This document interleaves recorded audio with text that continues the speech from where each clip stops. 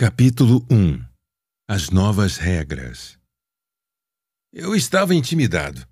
Havia passado mais de 2 décadas no FBI, incluindo 15 anos negociando a libertação de reféns em Nova York, nas Filipinas e no Oriente Médio, e tinha chegado ao auge da minha carreira. Em qualquer momento, há 10.000 agentes do FBI a postos, mas só um é o principal negociador de sequestros internacionais. E esse era eu. Mas eu nunca tinha vivido uma situação tão tensa e tão pessoal envolvendo um refém. Estamos com seu filho, Voss. Ou você nos dá $1 milhão, ou ele morre. Pausa. Piscar os olhos. Concentrar-se em fazer o ritmo cardíaco voltar ao normal. Claro, eu já estivera em conflitos desse tipo. Milhares deles. Dinheiro em troca de vidas. Mas não assim. Não com meu filho em risco. Não por $1 milhão. E não contra pessoas com diplomas importantes e uma vida inteira de experiência em negociação. As pessoas do outro lado da mesa, meus interlocutores, eram professores de negociação da Escola de Direito de Harvard. Eu tinha ido a Harvard para fazer um breve curso de negociação executiva. Talvez pudesse aprender algo com a abordagem do mundo dos negócios. Era para ser uma experiência tranquila, um pequeno degrau na carreira de um agente do FBI em busca de ampliar seus horizontes. Mas quando Robert Mnookin, diretor do projeto de pesquisas de negociação de Harvard, soube que eu estava no campus, convidou-me para um café em seu escritório. Só para bater um papo, disse ele. Eu me senti honrado e assustado. Mnookin era um cara brilhante que eu acompanhava havia anos. Ele não era apenas professor de direito em Harvard, como também um dos expoentes no campo de resolução de conflitos, e autor do livro Negociando com o Diabo. Para ser honesto, parecia injusto que Mnookin quisesse que eu, um ex-policial de Kansas City, discutisse negociação com ele. Mas então a situação ficou pior. Logo que nos sentamos, a porta se abriu e outra pessoa entrou. Era Gabriela Bloom, também professora de Harvard e especialista em negociações internacionais, conflito armado e contra-terrorismo, que tinha passado 8 anos como negociadora do Conselho de Segurança Nacional Israelense e das Forças de Defesa de Israel, FDI. Em dado momento, a secretária de Mnookin entrou e pôs um gravador sobre a mesa. Mnookin e Bloom sorriram para mim. Haviam me pregado uma peça. Estamos com seu filho, Voss. Ou você nos dá $1 milhão, ou ele morre, disse Mnookin, sorrindo. Eu sou o sequestrador. O que você vai fazer? Tive um momento de pânico, mas isso era esperado. Não muda nunca. Mesmo depois de 2 décadas negociando vidas humanas, você ainda sente medo. Ainda que se trate de uma simples encenação. Procurei me acalmar. Claro, eu era um policial de rua convertido em agente do FBI, jogando com verdadeiros pesos pesados. E não era nenhum gênio, mas estava naquela sala por um motivo. Com o tempo, eu adquirira habilidades, táticas e toda uma abordagem para a interação humana que não apenas me ajudavam a salvar vidas, mas, como reconheço agora ao olhar para trás, também haviam começado a transformar minha vida. Meus anos de negociação haviam influenciado tudo, desde o modo como eu lidava com o atendimento ao cliente de uma empresa até a maneira como crio meus filhos. Vamos lá, me dê o dinheiro ou eu corto a garganta de seu filho agora, disse Mnookin, impaciente. Eu o encarei longamente. Em seguida, sorri. Como eu deveria fazer isso? Mnookin fez uma pausa. Sua expressão tinha um misto de piedade e diversão, como um cachorro quando o gato que ele está perseguindo se vira e parte para o ataque. Era como se estivéssemos jogando jogos diferentes, com regras diferentes. Mnookin se recompôs e me olhou com as sobrancelhas arqueadas, como que para me lembrar de que ainda estávamos jogando. Então, tudo bem se eu matar seu filho, Sr. Voss? Sinto muito, Robert, mas como posso saber se ele ainda está vivo? disse eu, usando um pedido de desculpas e o primeiro nome do meu interlocutor, semeando mais cordialidade no diálogo com o intuito de complicar sua artimanha para me intimidar. Eu de fato sinto muito, mas como posso dar a você qualquer quantia agora? Ainda mais $1 milhão, se eu sequer sei que meu filho está vivo. Foi um espetáculo e tanto ver um homem brilhante como Mnuchin confuso por causa daquela suposta resposta ingênua. Acho que foi assim que ele a encarou. No entanto, minha jogada não tinha nada de tola. Eu estava empregando o que tinha se tornado uma das mais poderosas ferramentas de negociação do FBI, a pergunta aberta. Hoje, após alguns anos desenvolvendo táticas como essa para o setor privado em minha empresa de consultoria, chamamos a estratégia que usei naquele dia de perguntas calibradas. Indagações que o outro lado é capaz de responder, mas para as quais não há respostas fixas. Ganha-se tempo com isso. As perguntas dão a seu interlocutor a ilusão de controle. Ele tem as respostas e o poder, afinal de contas. Tudo isso ocorre sem dar ao outro lado a menor pista de como ele está sendo manipulado. Mnuchin, previsivelmente, começou a se atrapalhar, porque a estrutura da conversa tinha mudado. Eu respondera à ameaça dele de assassinar meu filho com questões de logística em torno da obtenção do dinheiro, de como ele resolveria meus problemas. A cada ameaça e a cada exigência que ele fazia, eu perguntava como deveria lhe pagar e como saberia que meu filho estava vivo. Depois de 3 minutos infrutíferos para ele, Gabriela Bloom interveio. "Não permita que ele faça isso com você", disse a Mnuchin. "Bem, tente você", disse ele, jogando a toalha. Gabriela entrou no jogo. Ela era mais firme, devido aos anos no Oriente Médio, mas ainda estava usando o ângulo da intimidação, e tudo o que conseguiu foi que eu fizesse as mesmas perguntas. Mnuchin voltou à sessão, mas também não chegou a lugar algum. Seu rosto começou a ficar vermelho de frustração. Percebi que a irritação estava bloqueando seu raciocínio, então falei, tirando-o daquele sufoco. "Tudo bem, Bob, tudo bem. Basta por hoje." Ele concordou. Meu filho viveria para ver mais um dia. "Muito bem", disse ele. "Talvez o FBI tenha algo a nos ensinar." Eu fizera mais do que apenas me manter firme diante de 2 distintas autoridades de Harvard. Levara a melhor e saíra por cima. Mas teria sido apenas um feliz acaso.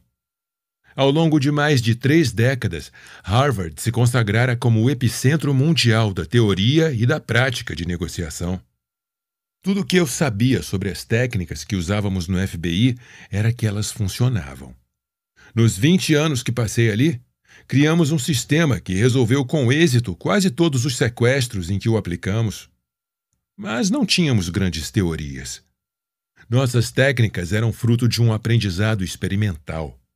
Foram desenvolvidas por agentes em campo, negociando em meio a crises e compartilhando histórias sobre o que deu certo e o que falhou.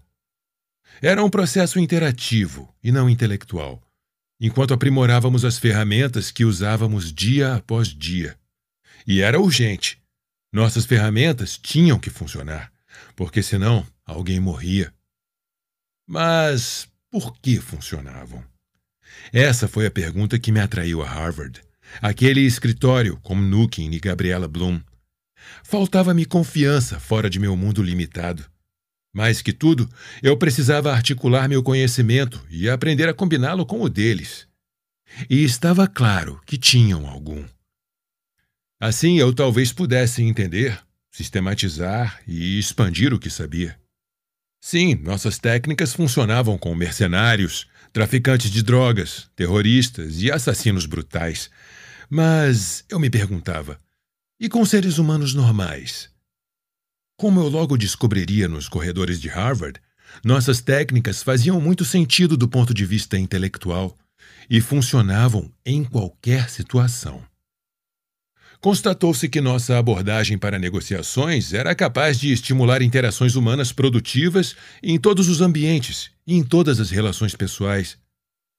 Este audiolivro é sobre como essa abordagem funciona. O burro mais esperto da sala. Para obter respostas às minhas perguntas, um ano depois, em 2006, consegui ingressar no curso de inverno de negociação da Escola de Direito de Harvard. Os melhores e mais inteligentes disputam uma vaga nessa turma, e ela estava repleta de estudantes de Harvard cursando Direito e Administração e de alunos de outras universidades importantes de Boston, como o Instituto de Tecnologia de Massachusetts e a Tufts. Só gente brilhante, que tinha passado nas provas olímpicas para negociação. Éramos 144, sendo eu o único de fora.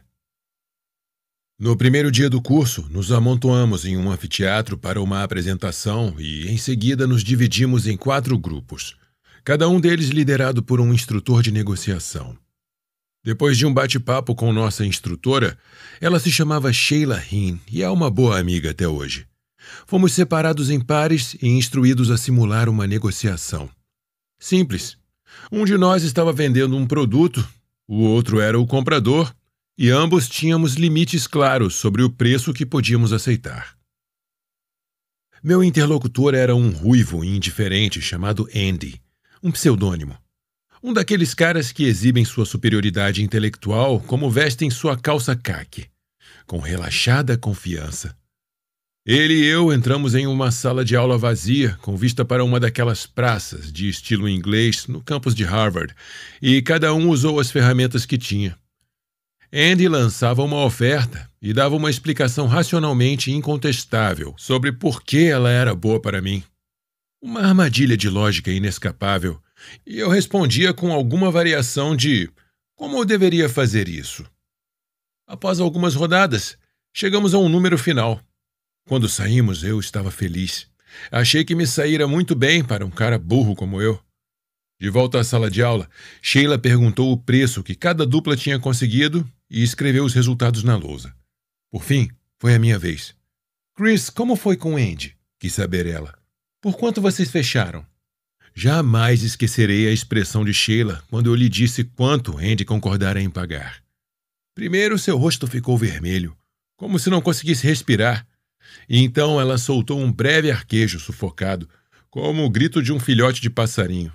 Por fim, Sheila começou a rir. Andy se contorceu. Você arrancou literalmente cada centavo que ele tinha, disse ela. E Andy tinha recebido instruções de reservar um quarto do valor para um futuro trabalho. Andy afundou na cadeira. No dia seguinte, o mesmo aconteceu com outro parceiro. Quer dizer, eu simplesmente destruí o orçamento do cara. Não fazia sentido. Sorte aleatória era uma coisa, mas havia um padrão ali. Com o meu conhecimento da velha escola, testado na prática diária, eu estava derrotando caras que conheciam cada truque avançado que se podia encontrar nos livros. Na verdade, as técnicas avançadas que meus colegas estavam usando é que pareciam datadas e antigas. Eu me senti como se Roger Federer tivesse usado uma máquina do tempo para voltar aos anos 1920 e competisse em um torneio de tênis com cavalheiros distintos que vestiam ternos brancos, usavam raquetes de madeira e treinavam apenas de vez em quando. Ali estava eu, incorporando Federer com minha raquete de liga de titânio, um personal trainer exclusivo e saques e voleios definidos por inteligência artificial. Os caras com quem eu estava competindo eram igualmente espertos, na verdade mais, e estávamos jogando o mesmo jogo, com as mesmas regras, mas eu tinha habilidades que eles não tinham. Você está ficando famoso por seu estilo, Chris, disse Sheila depois que anunciei meus resultados do segundo dia. Eu sorri como o gato de Alice. Vencer era divertido. Chris, por que você não dá uma aula sobre a sua abordagem? Sugeriu Sheila. Parece que tudo o que você faz com esses estudantes da Escola de Direito de Harvard é dizer não e encará-los, e aí eles desabam. É realmente tão simples assim? Entendi o que ela queria dizer. Embora eu não estivesse de fato dizendo não, as perguntas que fazia repetidamente soavam como uma negativa. Pareciam insinuar que o outro lado estava sendo desonesto e injusto. E isso bastava para fazê-los vacilar e negociar internamente. Responder às minhas perguntas calibradas exigia força emocional e insights psicológicos táticos que não existiam na caixa de ferramentas de que eles dispunham. Dei de ombros. Só estou fazendo perguntas, disse. É uma abordagem passivo-agressiva. Apenas formulo as mesmas 3 ou 4 perguntas abertas várias vezes. Eles ficam cansados de responder e me entregam tudo o que quero. Andy saltou da cadeira como se tivesse sido picado por uma abelha. Droga! Exclamou. Foi isso que aconteceu? Eu não tinha a menor ideia. Quando terminei o curso de inverno em Harvard, eu havia me tornado amigo de alguns de meus colegas estudantes, até de Andy. Se meu período em Harvard me mostrou alguma coisa, foi que nós, no FBI, tínhamos muito a ensinar ao mundo sobre negociação. Em minha breve permanência, percebi que, sem uma compreensão profunda da psicologia humana, sem a aceitação de que todos nós somos animais loucos, irracionais, impulsivos e guiados pelas emoções, toda a inteligência bruta e toda a lógica matemática do mundo terão pouca utilidade na interação tensa e inconstante entre duas pessoas que estão negociando. Sim, talvez sejamos o único animal que regateia. Um macaco não troca uma porção de suas bananas pelas nozes de outro.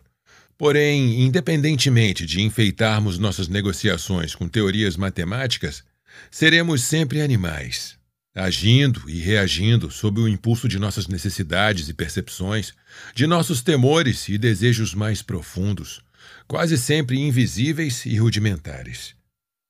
Porém, não foi isso que o pessoal de Harvard aprendeu. Todas as suas teorias e técnicas tinham a ver com poder intelectual, lógica, acrônimos consagrados, como BATNA, Best Alternative to a Negotiated Agreement, e a ZOPA, Zone of Possible Agreement, noções racionais de valor e um conceito moral do que era justo e do que não era. E no topo desse falso edifício de racionalidade havia, é claro, o processo. Eles tinham um roteiro, uma sequência pré-determinada de ações, propostas e contrapropostas que seguiam uma ordem específica para produzir determinado resultado. Era como se estivessem lidando com um robô. Se executassem os itens A, B, C e D em uma certa ordem estabelecida, chegariam a X. Mas, no mundo real, a negociação é demasiado imprevisível e complexa. Talvez você faça A, depois D e, na sequência, talvez Q. Se eu conseguir dominar os mais brilhantes estudantes do país com apenas uma das muitas técnicas de negociação que desenvolvi e usei contra terroristas e sequestradores, por que não poderia aplicá-las aos negócios? Qual era a diferença entre assaltantes de bancos que faziam reféns e CEOs que jogavam duro para baixar o preço de uma aquisição de $1 bilhão? Afinal, sequestradores são apenas homens de negócios tentando obter o melhor preço. Negociação à moda antiga. O sequestro e a negociação de reféns existem desde que se começou a registrar o tempo. O Antigo Testamento é recheado de histórias de israelitas e seus inimigos transformando cidadãos em reféns como espólio de guerra. Os romanos, por sua vez, costumavam obrigar os príncipes de estados vassalos a enviar seus filhos a Roma para serem educados lá, a fim de assegurar a lealdade dos pais. Até o governo Nixon, porém, a negociação de reféns como processo limitava-se a enviar tropas e tentar libertar os prisioneiros a tiros. Na polícia, nossa abordagem consistia, sobretudo, em dialogar, até descobrir uma maneira de resgatá-los usando uma arma: força bruta. Então, uma série de desastres com reféns nos forçou a mudar. Em 1971, 39 reféns foram mortos quando a polícia tentou resolver à bala as rebeliões na prisão de Ática, no norte do estado de Nova York. Depois, nos Jogos Olímpicos de 1972, em Munique, 11 atletas e treinadores israelenses foram mortos por seus captores palestinos após uma tentativa fracassada de resgate por parte da polícia alemã. Mas o maior gatilho para a mudança institucional nas polícias americanas ocorreu em uma pista de pouso do aeroporto de Jacksonville, Flórida, em 4 de outubro de 1971. Na época, os Estados Unidos enfrentavam uma epidemia de sequestros aéreos. Houve 5 em um período de 3 dias, em 1970. Foi nessa atmosfera carregada que um homem desequilibrado chamado George Giff Jr. sequestrou um avião fretado que saíra de Nashville, Tennessee, com destino às Bahamas. Quando tudo terminou, Giff havia assassinado 2 reféns, sua ex-mulher, que estava a bordo, e o piloto, e ainda se matara. Mas, dessa vez, a culpa não recaiu sobre o sequestrador, e sim diretamente sobre o FBI. Os 2 reféns tinham conseguido convencer Giff a libertá-los em Jacksonville, onde o avião havia parado para reabastecer. Mas os agentes se descontrolaram e atiraram na turbina. Isso impeliu Giff para a opção drástica. Na verdade, a atribuição da culpa ao FBI foi tão forte que, quando a esposa do piloto e a filha de Giff impetraram uma ação judicial por homicídio culposo, alegando negligência do órgão de inteligência, os tribunais aceitaram. No histórico veredito do caso Downs versus Estados Unidos, em 1975, a Corte de Apelações dos Estados Unidos estabeleceu que havia uma alternativa mais adequada para proteger o bem-estar dos reféns e declarou que o FBI transformara o que havia sido um jogo de espera bem-sucedido, durante o qual 2 pessoas deixaram um avião em segurança, em uma competição de tiros que deixou 3 pessoas mortas. A Corte concluiu que deve haver uma tentativa razoável de negociação antes de uma intervenção tática. O caso Downs de sequestro se tornou o epítome de tudo que não se deve fazer em uma situação de crise e inspirou o desenvolvimento de teorias, treinamentos e técnicas atualmente empregadas em negociação de reféns. Logo depois da tragédia de Giff, a polícia da cidade de Nova York, NYPD, na sigla em inglês, tornou-se a primeira força policial dos Estados Unidos a reunir uma equipe de especialistas para elaborar um processo que lhes permitisse lidar com negociações de crises. O FBI e outros órgãos acompanharam esse movimento. Começava uma nova era de negociação. Coração versus mente. No início dos anos 1980, Cambridge, Massachusetts, era o centro do mundo das negociações, à medida que estudiosos de diferentes disciplinas começavam a interagir e explorar novos conceitos relacionados ao tema. O grande salto veio em 1979, quando foi fundado o Projeto de Negociação de Harvard. O objetivo era melhorar a teoria, o ensino e a prática de negociação, de tal modo que as pessoas pudessem lidar de maneira igualmente eficiente com tratados de paz e fusões de empresas. 2 anos depois, Roger Fisher e William Ury, cofundadores do projeto, publicaram Como Chegar ao Sim, uma obra inovadora sobre negociação que mudou totalmente a maneira como os profissionais pensavam sobre o assunto. A abordagem de Fisher e Ury consistia basicamente em sistematizar a resolução do problema para que as partes pudessem fechar um acordo benéfico para todos. O chegar ao sim do título do livro. A ideia central era que o cérebro emocional, essa fera animalesca, não confiável e irracional, podia ser dominado por meio de uma mentalidade de resolução de problemas mais racional e consistente. O sistema, sedutor e fácil de seguir, tinha 4 princípios básicos. Primeiro, separar a pessoa, a emoção, do problema. Segundo, não se deixar envolver pela posição do outro lado, o que eles estão pedindo, mas sim focar nos interesses deles. Por que estão pedindo isso? Para que se possa descobrir o que realmente querem. Terceiro, trabalhar de modo cooperativo para produzir opções em que os 2 lados tenham a ganhar. Quarto, estabelecer padrões mutuamente acordados para avaliar as possíveis soluções. Isso era uma síntese brilhante, racional e profunda do que havia de mais avançado em teoria dos jogos e pensamento legal na época. Durante anos após o livro sair, todo mundo, incluindo o FBI e a NYPD, adotou uma abordagem de resolução de problemas baseada em barganhas. Parecia tão moderno e inteligente. Em outro ponto dos Estados Unidos, 2 professores da Universidade de Chicago estavam examinando tudo de economia à negociação, de um ângulo bem diferente. Eram o economista Amos Tversky e o psicólogo Daniel Kahneman. Juntos, os dois lançaram uma nova área de conhecimento, a economia comportamental. E Kahneman ganhou um prêmio Nobel por isso, mostrando que o homem é um animal bastante irracional. Sentir, descobriram, é uma forma de pensar. Quando escolas de administração, como a de Harvard, começaram a ensinar negociação nos anos 1980, o processo era apresentado como uma análise econômica objetiva. Foi um período em que os maiores economistas acadêmicos do mundo declararam que todos nós éramos atores racionais. Essa postura se refletiu nas aulas de negociação. Supondo que o outro lado estava agindo de maneira racional e egoísta ao tentar ampliar sua posição, a meta era descobrir como responder, em diversos cenários, para potencializar o próprio valor.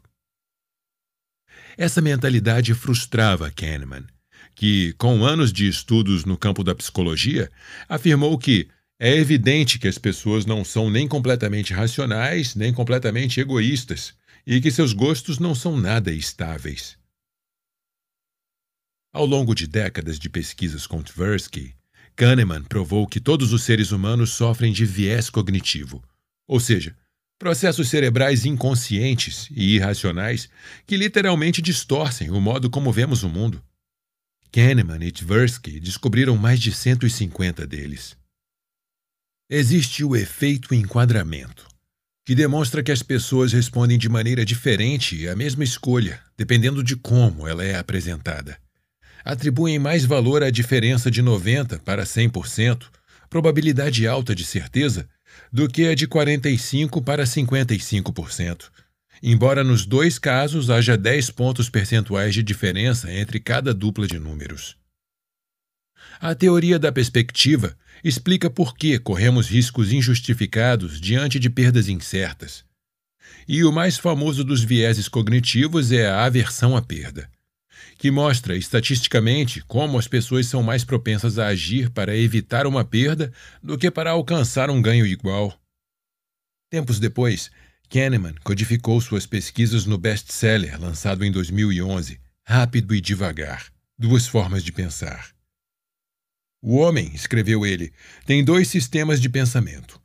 O sistema 1, nossa mente animal, é rápido, instintivo e emocional. O sistema 2 é lento, deliberativo e lógico. E o sistema 1 tem muito mais influência. Na verdade, ele guia e direciona nossos pensamentos racionais. As crenças, os sentimentos e as impressões rudimentares do sistema 1 são as principais fontes das crenças explícitas e das escolhas deliberadas do sistema 2. São a nascente que alimenta o rio. Reagimos emocionalmente, sistema 1, a uma sugestão ou pergunta. Então, essa reação do sistema 1 informa e, a rigor, cria a resposta do sistema 2. Agora, pense nisto. Dentro desse modelo, se você sabe como afetar o pensamento com o sistema 1 de seu interlocutor, seus sentimentos inarticulados, pelo modo como formula e apresenta suas perguntas e afirmações, então é capaz de guiar a racionalidade do sistema 2 dele e, portanto, modificar as respostas que dará. Foi isso que aconteceu com Andy em Harvard. Ao perguntar como eu deveria fazer isso, induzi sua mente emocional no sistema 1 a aceitar que sua oferta não era boa o bastante. Seu sistema 2, então, racionalizou a situação de modo que fizesse sentido me apresentar uma oferta melhor.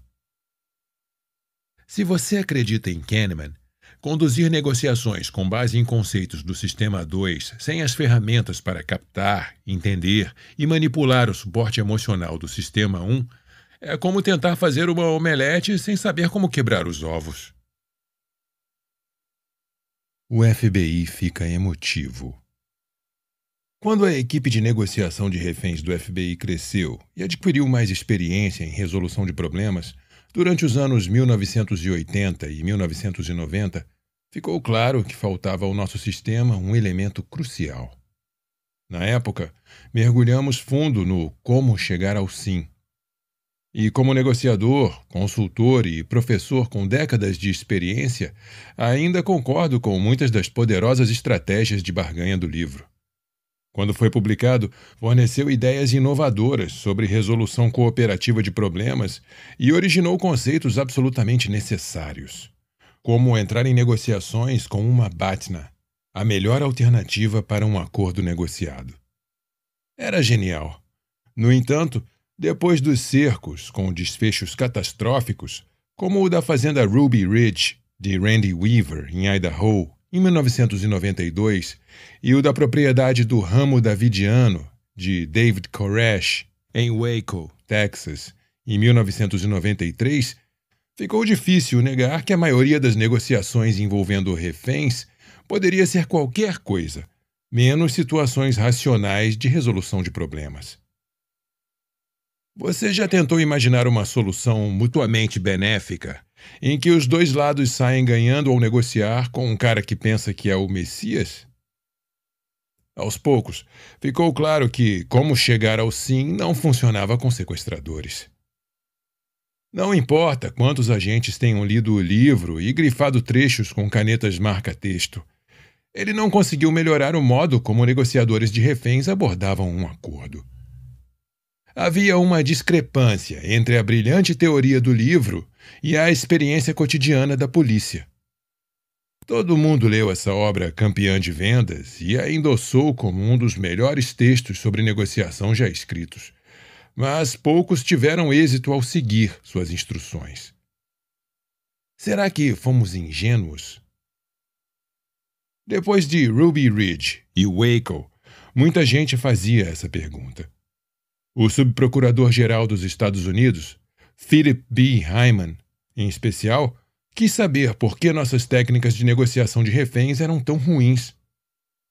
Em outubro de 1993, ele apresentou um relatório intitulado Lições de Waco – Mudanças propostas na aplicação da lei federal, que resumiu o diagnóstico de um grupo de especialistas sobre a incapacidade da Polícia Federal de lidar com situações de reféns complexas. Como resultado, o diretor do FBI em 1994, Louis Freeh, anunciou a formação do Grupo de Resposta a Incidentes Críticos, CIRG, na sigla em inglês. Uma divisão mista que combinaria as equipes de negociação de crises, gestão de crises, ciências comportamentais e resgate de reféns.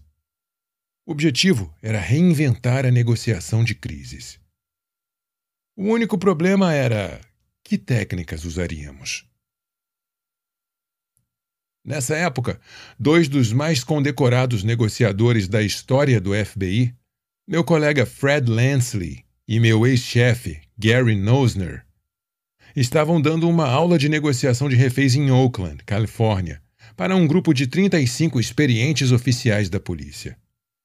Os dois fizeram a seus alunos uma pergunta simples: quantos haviam lidado com uma situação de barganha clássica em que a técnica de resolução do problema foi a melhor opção? Ninguém levantou o braço. Então eles fizeram uma indagação complementar.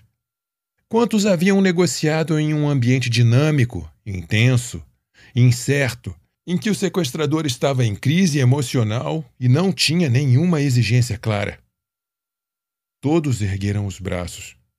Estava claro, se os incidentes marcados por fortes emoções, e não as interações racionais de barganha, constituíam o grosso daquilo com que a maioria dos negociadores da polícia precisava lidar, então nossas habilidades de negociação tinham que focar diretamente no animal, no emocional e no irracional. Desse momento em diante, nossa ênfase teria que estar não no treinamento para trocar uma coisa por outra, nem em resolução de problemas, mas no aprendizado das habilidades psicológicas necessárias em situações de crise que exigissem intervenção. Emoções e inteligência emocional teriam que ser centrais para uma negociação efetiva e não aspectos a serem superados. Precisávamos de táticas e estratégias psicológicas simples que funcionassem em campo para acalmar as pessoas, estabelecer compreensão, ganhar confiança, estimular a verbalização de necessidades e convencê-las de nossa empatia. Teria que ser algo fácil de ensinar, fácil de aprender e fácil de executar.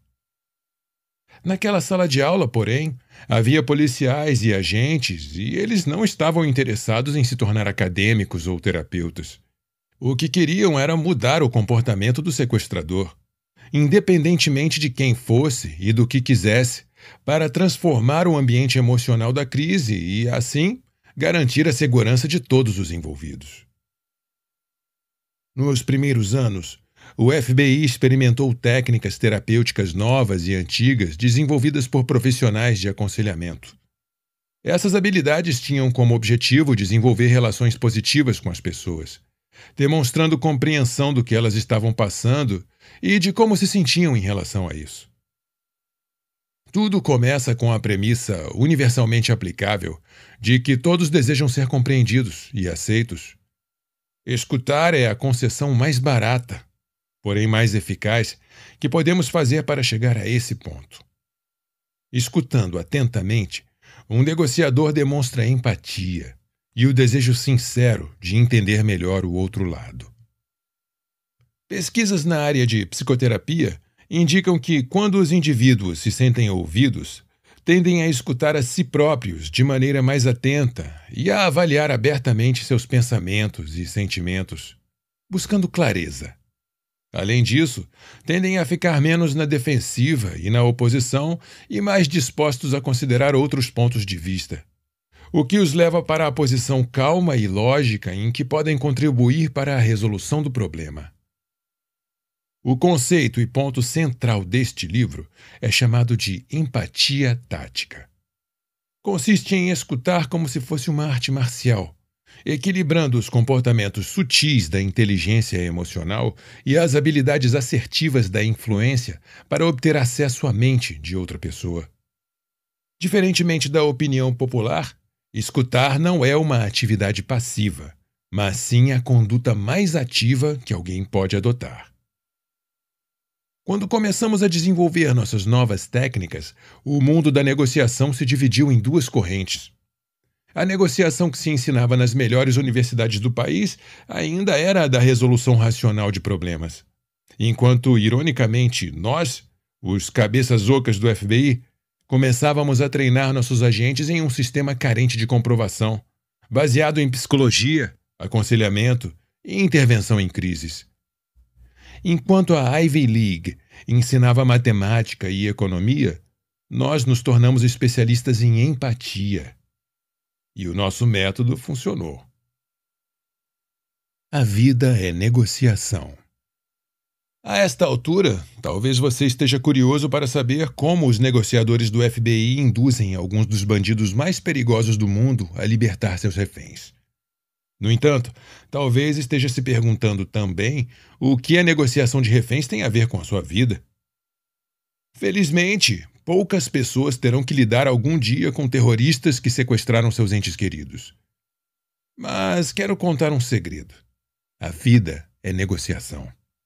A maioria das interações que temos no trabalho e em casa são negociações que se resumem a um anseio simples, animalesco. Eu quero. Eu quero que você liberte os reféns. É um anseio muito relevante para este audiolivro, é claro. Mas também o são. Eu quero que você aceite esse contrato de $1 milhão. Eu quero pagar 20 mil por esse carro. Eu quero que você me dê um aumento de 10%. E eu quero que você vá dormir às 9 horas. A negociação serve a duas funções distintas e vitais: obter informação e influenciar comportamento. E inclui quase toda a interação em que cada parte queira algo da outra. Sua carreira, suas finanças, sua reputação, sua vida afetiva, até o destino de seus filhos. Em algum momento, tudo isso depende da sua capacidade de negociar. Negociação, como você aprenderá aqui, nada mais é do que comunicação com resultados. Obter o que você quer da vida significa obter o que você quer das outras pessoas e com elas. O conflito entre duas partes é inevitável em todas as relações. Portanto, é útil. Mais do que isso, é crucial saber como se envolver nesse conflito de modo a obter o que deseja sem infligir danos. Neste audiolivro, recorro à minha carreira de mais de 2 décadas no FBI para aplicar os princípios e as práticas que empreguei em campo em uma abordagem nova e estimulante. Desejo ajudar você a desarmar e redirecionar seu interlocutor em praticamente qualquer negociação, e a fazer isso de uma maneira que preserve a relação. Sim, você vai aprender como negociamos a libertação segura de incontáveis reféns, mas vai aprender também a usar uma compreensão profunda da psicologia humana para comprar um carro pagando menos, garantir um aumento maior no trabalho e convencer uma criança a dormir na hora certa. Este audiolivro ensinará a você a retomar o controle de conversas que definem sua vida e sua carreira. O primeiro passo para alcançar o domínio da negociação cotidiana é superar sua aversão a negociar. Você não precisa gostar disso. Precisa apenas entender que é assim que o mundo funciona. Negociar não significa intimidar ou oprimir alguém. Significa apenas entrar no jogo emocional que rege a sociedade humana. Neste mundo, você recebe o que pede. Só precisa pedir corretamente. Portanto, exerça sua prerrogativa de reivindicar o que você pensa que é certo. Este audiolivro, portanto, é sobre levar você a aceitar a negociação e, ao fazer isso, aprender a obter o que deseja de uma forma psicologicamente consciente. Você descobrirá como usar suas emoções, seus instintos e insights em qualquer encontro para se conectar melhor com os outros, influenciá-los e ir além. A negociação eficaz é a representação da inteligência pessoal aplicada, uma vantagem psicológica em cada área da vida. Como avaliar alguém, como influenciar uma avaliação sobre você e como usar esse conhecimento para obter o que deseja. Mas cuidado! Este não é apenas mais um audiolivro de psicologia popular. É uma interpretação profunda e refletida, e, sobretudo, prática, de uma teoria psicológica de ponta que destila as lições de uma carreira de 24 anos no FBI e 10 anos lecionando e prestando consultoria nas melhores escolas de administração e corporações do mundo. E essa teoria funciona por uma simples razão. Foi elaborada no mundo real e para ele. Não surgiu em uma sala de aula ou um centro de treinamento, mas foi construída com base em anos de experiência que a aprimoraram até chegar perto da perfeição. Um negociador de reféns desempenha um papel único. Ele tem que vencer. Será que pode dizer a um assaltante de banco: "Está bem, você fez 4 reféns. Vamos dividir, entregue 2 e fica tudo certo"? Não. Um negociador de reféns bem-sucedido precisa obter tudo o que pede sem dar nada substancial em troca, e deve fazer isso de tal maneira que produza nos adversários a percepção de que estabeleceram um ótimo relacionamento. Seu trabalho é uma espécie de inteligência emocional com esteroides. Essas são as ferramentas que você vai aprender a usar aqui. O livro. Como uma empreiteira erguendo uma casa, este audiolivro é construído da base para cima. Primeiro vêm as grandes lajes da fundação, depois as paredes que sustentam o peso do telhado elegante, mas impermeável, e, por fim, a encantadora decoração do interior. Cada capítulo expande o anterior. Primeiro você aprenderá as refinadas técnicas dessa abordagem para a escuta ativa, e depois passará a ferramentas específicas, como maneiras de falar, o que deve haver ou não no ato final, a barganha, e, por fim, como descobrir o elemento raro que pode ajudar você a alcançar a verdadeira grandeza na arte da negociação, o cisne negro. O capítulo 2 explicará como evitar as suposições que cegam negociadores novatos e substituí-las por técnicas de escuta ativa, como espelhamento, silêncios e a voz de locutor de FM tarde da noite. Você descobrirá como desacelerar o ritmo das negociações e fazer seu interlocutor se sentir seguro o bastante para se revelar. Como discernir entre o que se quer, aspirações, e as necessidades, o mínimo para um acordo, e como focar diretamente naquilo que a outra parte tem que dizer. O capítulo 3 irá explorar a empatia tática. Você aprenderá a identificar a perspectiva de seu interlocutor e, então, ganhar sua confiança e compreensão por meio da rotulagem, ou seja, devolvendo a ele essa perspectiva. Também descobrirá como desativar dinâmicas negativas ao expô-las. Por fim, explicarei como desarmar as reclamações de seu interlocutor sobre você, expressando-as em voz alta em uma auditoria de acusação. Em seguida, no capítulo 4, examinarei maneiras de fazer seu interlocutor se sentir compreendido e confortável em uma negociação, de modo a criar uma atmosfera de respeito positivo incondicional. Nele você aprenderá por que deve se esforçar para obter um está certo, em vez de um sim, em cada estágio de uma negociação e como identificar, rearticular e afirmar emocionalmente a visão de mundo de seu interlocutor com resumos e paráfrases. O capítulo 5 ensina o outro lado de como chegar ao sim. Você aprenderá por que é de importância vital chegar ao não, pois é o não que dá início à negociação. Descobrirá também como sair de seu ego e negociar no mundo de seu interlocutor, a única maneira de chegar a um acordo que o outro lado cumprirá. Por fim, verá como envolver seu interlocutor, reconhecendo o direito de escolha dele, e aprenderá uma técnica que assegura que seus e-mails nunca mais serão ignorados. No capítulo 6, apresentarei a você a arte de inclinar a realidade, ou seja, revelarei várias ferramentas para enquadrar uma negociação de tal maneira que seu interlocutor aceite inconscientemente os limites que você impõe à discussão. Você aprenderá a conduzir prazos finais para criar um senso de urgência, a empregar a ideia de justiça para cutucar seu interlocutor e a ancorar as emoções dele de modo que não aceitar sua oferta pareça uma perda. Depois disso, o capítulo 7 é dedicado à ferramenta incrivelmente potente que usei em Harvard: perguntas calibradas. Aquelas que começam com como e o que, eliminando respostas sim e não. Elas forçam seu interlocutor a empregar a energia mental dele para resolver os seus problemas.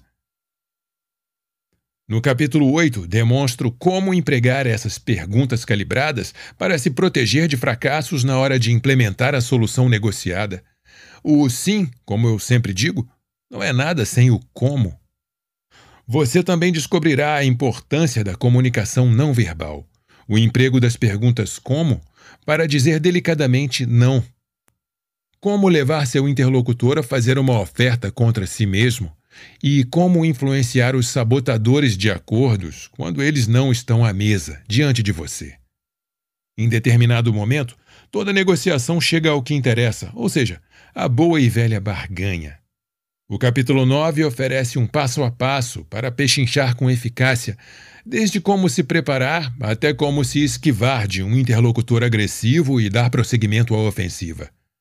Você conhecerá o sistema Ackerman, o mais eficaz processo do FBI para estabelecer e fazer ofertas. Por fim, o capítulo 10 explica como encontrar e usar aqueles elementos de negociação mais raros, os cisnes negros. Em toda negociação há entre 3 e 5 informações que, se forem descobertas, mudam tudo. O conceito é crucial para virar o jogo, a ponto de eu ter dado à minha empresa o nome de The Black Swan Group, Grupo Cisne Negro. Nesse capítulo, você aprenderá a reconhecer os sinais que indicam onde está o ninho escondido do cisne negro, bem como conhecerá ferramentas simples para empregar cisnes negros a fim de obter vantagem sobre seu interlocutor e chegar a acordos espetaculares. Cada capítulo começa com um breve relato de uma negociação de reféns que é dissecada para explicar o que funcionou e o que deu errado. Uma vez explicadas a teoria e as ferramentas, você lerá estudos de casos da vida real, meus e de outros, que usaram essas ferramentas para levar a melhor quando negociavam um salário, a compra de um carro ou a resolução de problemas domésticos. Ao término do audiolivro, Me considerarei bem-sucedido se você usar essas técnicas cruciais para melhorar sua carreira e sua vida pessoal. Estou certo de que você o fará. Lembre-se, para negociar com sucesso é fundamental se preparar. É por isso que no apêndice você encontrará uma ferramenta inestimável que recomendo a todos os meus alunos e clientes: a folha de negociação. Um manual conciso de todas as nossas táticas e estratégias para você adaptar a qualquer tipo de acordo que esteja querendo fechar. O mais importante para mim é que você entenda como uma negociação pode ser urgente, essencial e até mesmo bela. Quando adotamos as possibilidades transformadoras de negociar, aprendemos a obter o que queremos e a conduzir os outros para uma posição melhor. A negociação é o cerne da colaboração. É o que torna o conflito potencialmente significativo e produtivo para todas as partes. Ela pode mudar a sua vida, como mudou a minha. Sempre pensei em mim como um cara comum. Trabalhador e disposto a aprender, sim, mas não particularmente talentoso. E sempre senti que a vida guardava possibilidades incríveis para mim. Quando eu era jovem, não sabia como destravar essas oportunidades. Com as habilidades que aprendi, porém, alcancei feitos extraordinários e vi pessoas transformarem suas vidas graças ao que ensinei a elas. Quando uso o que aprendi nas últimas 3 décadas, sei que de fato tenho o poder de mudar o curso que minha vida está tomando e ajudar outras pessoas a fazer o mesmo. 30 anos atrás, embora eu sentisse que isso podia ser feito, não sabia como fazê-lo. Agora sei. Aqui está